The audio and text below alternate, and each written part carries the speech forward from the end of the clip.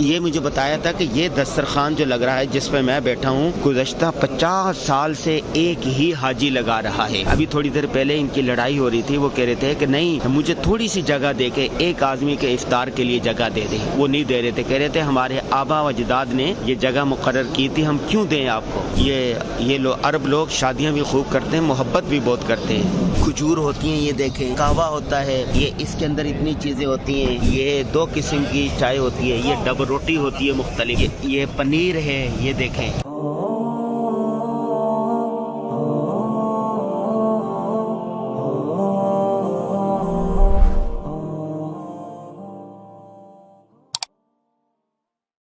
یہ کنٹینر آ جاتے ہیں ظہر کے بعد ہی آ جاتے ہیں. عصر میں عصر کی نماز ہوتے ہی افطاری لگنا شروع ہو جاتی ہے تاکہ مغرب تک ساری افطاری لگ جائے. تو یہ اسی ٹائم ہی آ جاتے ہیں سارے کنٹینر جتنے بھی ہیں یہ سارے.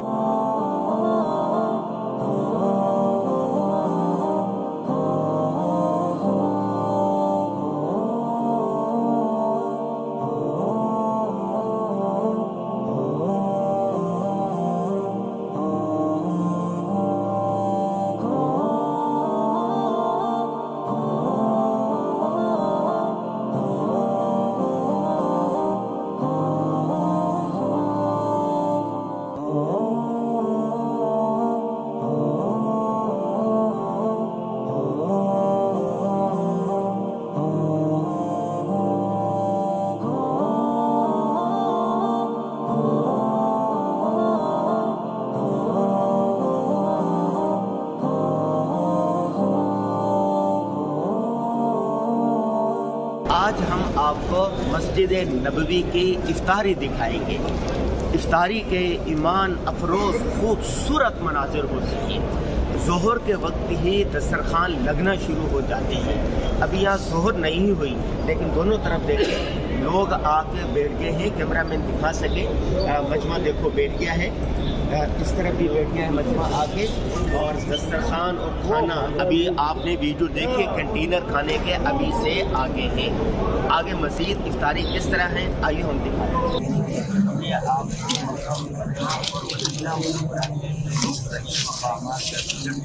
مکہ کے تاریخی مقامات, تاریخی مقامات,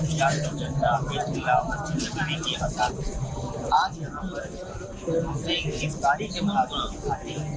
اور یہ جو دسترخوان لگا ہوا ہے مسجد نبوی میں, اور حکومت کی طرف سے دہی ہے, کھجور ہے, ڈب روٹی ہے, پیپر ہے, اور ایک دوسرا کہتے ہیں کوئی مسالہ ہوتا ہے. ہر حاجی کو 10 لاکھ کے قریب لوگ مکہ مکرمہ میں اور اس سے زیادہ مدینہ منورہ میں. یہ دیکھو یہ ہمیں بھی بلائے, یہ کمپنی ہے جو لوگ اس کو بیچ جمع کروا دیتے ہیں اور ان سے ہی ڈبہ ہے ہر قسم کا. اور اب میں آپ کو مدینہ منورہ کی افطاری بھی دکھاؤں. وہ مناظر دیکھیے ذرا.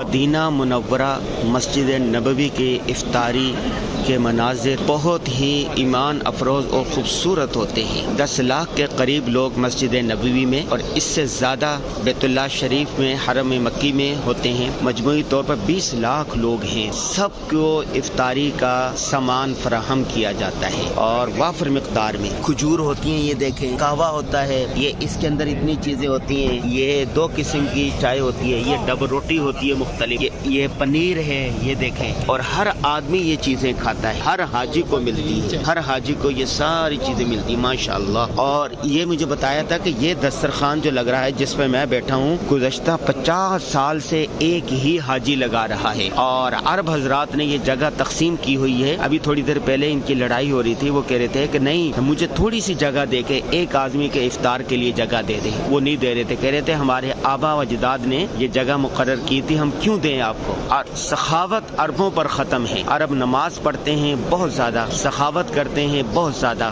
قرآن کی تلاوت کرتے ہیں بہت زیادہ. یہ دیکھیں قرآن کی تلاوت، میں عصر کے وقت سے آیا ہوا ہوں، سارے لوگ تلاوت کر رہے ہیں. یہ عرب ہے، یہ دیکھو یہ تلاوت کر رہا ہے. یہ دسترخوان سب کے سب عربوں کے ہوتے ہیں. ماشاء اللہ ماشاء اللہ. یہ لوگ عرب لوگ شادیاں بھی خوب کرتے ہیں، محبت بھی بہت کرتے ہیں.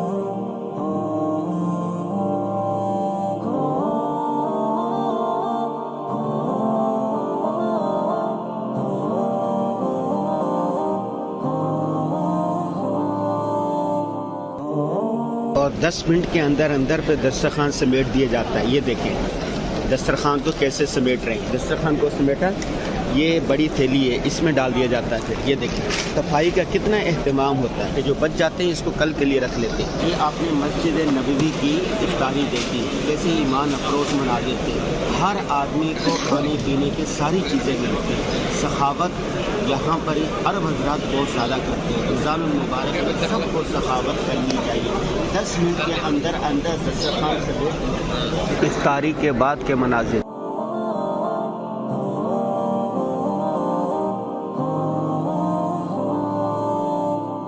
بسم اللہ الرحمن الرحیم. مسجد نبوی کی افطاری، ایمان افروز مناظر، خوبصورت نظارے ہوتے ہیں. مفتی صاحب سے ہم پوچھیں گے کہ مسجد نبوی میں جو افطار کروانے والے لوگ ہیں، غالباً 10 لاکھ مسجد نبوی میں اور 10 لاکھ ہی حرم شریف میں ہوتے ہیں. تو یہ 20-22 لاکھ یا 20-25 لاکھ لوگوں کو آخر روزانہ افطار کون کرواتا ہے؟ یہ حکومت ہے، صاحب ثروت ہے، عرب حضرات ہے، یا کون ہے؟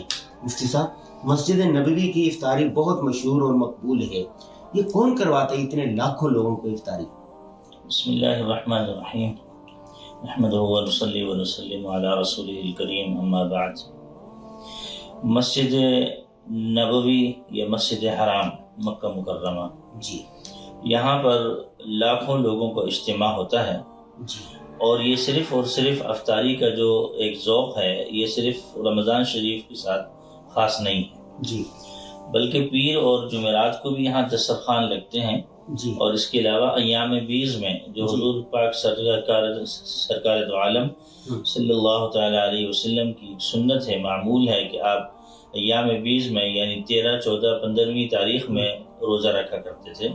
اس میں جب یہ تاریخیں آتی ہیں تو اس وقت بھی یہاں پر دسترخوان لگتے ہیں.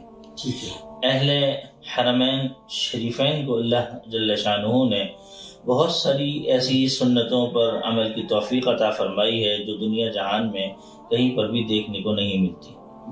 ہمارے ہاں عمومی طور سے پیر یا جمعرات کو روزہ رکھنے کا اتفاق نہیں ہوتا اور اس کا ذوق و شوق بھی نہیں پایا جاتا. اس کے علاوہ ایام بیز میں بھی عمومی طور سے لوگ اس روزے کا اہتمام نہیں کرتے. لیکن الحمدللہ حرمین شریفین میں یہاں اس چیز کا بہت اہتمام ہوتا ہے اور لوگ روزہ بھی رکھتے ہیں اور ماشاءاللہ افطاری بھی وہ لوگ کرواتے ہیں. یہاں حرمین شریفین میں جو دسترخوان لگتے ہیں، افطاریاں ہوتی ہیں، وہاں حکومتی دسترخوان بھی ہوتے ہیں کہ جن کا خرچہ اور جن کے تمام اشیاء، ان تمام چیزوں کا تحمل جو ہے وہ حکومت سعودیہ کرتی ہے. اور بعض ایسے دسترخوان بھی ہوتے ہیں جو انفرادی طور سے ہوتے ہیں کہ جن کا تعلق حکومت سعودیہ سے نہیں ہوتا. یہ وہ جگہ ہے کہ جب افطار شروع ہوتا ہے اور پھر جب تک سحری یعنی صبح صادق نہیں ہو جاتی اور کھانے کا جو ایک ٹائم اللہ جل شانہ نے متعین فرمایا ہے اس وقت تک وہ یہاں پر ہر وقت ہر لمحہ نمازوں کے اوقات کے علاوہ ہر چیز یہاں پر تقسیم ہوتی رہتی ہے. ماشاءاللہ. یعنی صرف اور صرف افطاری کے دسترخوان نہیں لگتے بلکہ اس کے علاوہ کھانے پینے کی بھی بہت ساری اشیاء یہاں پر سڑکوں پر کھڑے ہو کر بھی دسترخوان لگا کر بھی اور اس کے علاوہ دوسری جگہوں پر بھی عمومی طور سے بھی وہ تمام چیزیں کھانے ہم نے دیکھا مطلب بڑے بڑے کنٹینر ٹرک کھڑے ہوتے ہیں وہ بانٹ رہے ہوتے ہیں ایسے. جی ہاں بڑے بڑے اس کنٹینر میں ہوتے ہیں. حکومتی بھی ہوتے ہیں اور مخیر حضرات بھی ہوتے ہیں, حضرات کی بھی صاحب ثروت عرب لوگ بھی فاعلین ہوتے ہیں. خیر مخیر حضرات ان سب کے جو ہے وہ ٹرک ہوا کرتے ہیں. پہلے تو بہت ساری چیزیں یہاں پر تقسیم ہوا کرتی تھیں اور بہت بڑے بڑے دسترخوان لگتے تھے, انواع و اقسام کے کھانے ہوا کرتے تھے اور ایسی مہمانی ہوتی تھی کہ کہیں اور دوسری جگہ اتنے بڑے بڑے دسترخوان دنیا میں کہیں پر بھی دیکھنے کی کہیں اس کی نہیں نظیر ملا. نہیں ملتی ہے. کہیں نظیر نہیں ملتی. اور سب سے بڑی بات یہ ہے کہ نماز سے پہلے اس کو لگا دیا جاتا ہے اور نماز مغرب کے بعد یعنی اذان کے بعد نماز سے پہلے یہ تمام چیزیں اٹھ کے اور تمام چیزیں اٹھا دی جاتی ہیں اور مسجد بالکل صاف ہو جاتی ہے. صاف کر دی. میں نے دیکھا کہ صفائی کرنے والے 5-10 منٹ کے اندر پوری مسجد نبوی و مسجد حرام کو سمیٹ لیتے ہیں. جی آپ خود اندازہ لگائیں کہ بیت اللہ شریف میں کتنے لاکھوں لوگ جو ہے وہ اس میں آ جاتے ہیں. اس کے علاوہ مسجد حرام میں کتنے لوگ آ جاتے ہیں, باہر صحن میں کتنے ہوتے ہیں, پھر اس کے علاوہ مسجد نبوی میں کتنے لاکھوں لوگ ہوتے ہیں, باہر ہوتے ہیں. تمام لوگ ایسے ہیں کہ اگر ان کی تعداد جمع کی جائے تو کم از کم 30 لاکھ کے قریب یہ تمام لوگ جو ہے وہ ہو جاتے ہیں. مفتی صاحب, مسجد نبوی کے افطاری کے مناظر تو ہم نے دیکھے اور ہمارے ناظرین بھی دیکھ رہے ہیں, لیکن یہ بتائیے کہ مسجد نبوی اور مسجد حرام کے علاوہ بھی مساجد میں افطاری کے دسترخوان لگتے ہیں؟ جی ہاں, ہر جگہ ہر مسجد میں یہاں پر یہی کوشش ہوتی ہے کہ عمومی طور سے مسجد میں افطاری کروانے کا اہتمام ہوتا ہے. لیکن ابھی جو حکومت سعودیہ ہے انہوں نے قانون بنایا ہے کہ عمومی طور سے ہر مسجد کے اندر افطاری کا دسترخوان نہیں لگنا چاہیے. باہر وہ لگا دیتے ہیں, جو ان کا جو یعنی مسجد سے ملحق جو جگہ ہوا کرتی ہیں وہاں دسترخوان آ جاتے ہیں. لیکن مسجد کے اندر ابھی منع ہو گیا ہے اور ابھی یہ قانون پاس ہوا ہے کہ یہ دسترخوان مسجد کے اندر نہیں ہونا چاہیے. جی ناظرین, آپ نے مفتی صاحب سے سنا کہ مسجد نبوی کے افطاری میں جو لاکھوں لوگ شامل ہوتے ہیں یہ اخراجات کون دیتا ہے. مفتی صاحب نے تفصیل کے ساتھ بتایا. رمضان المبارک میں رسول اللہ صلی اللہ علیہ وسلم کی سخاوت بہت زیادہ ہوتی تھی.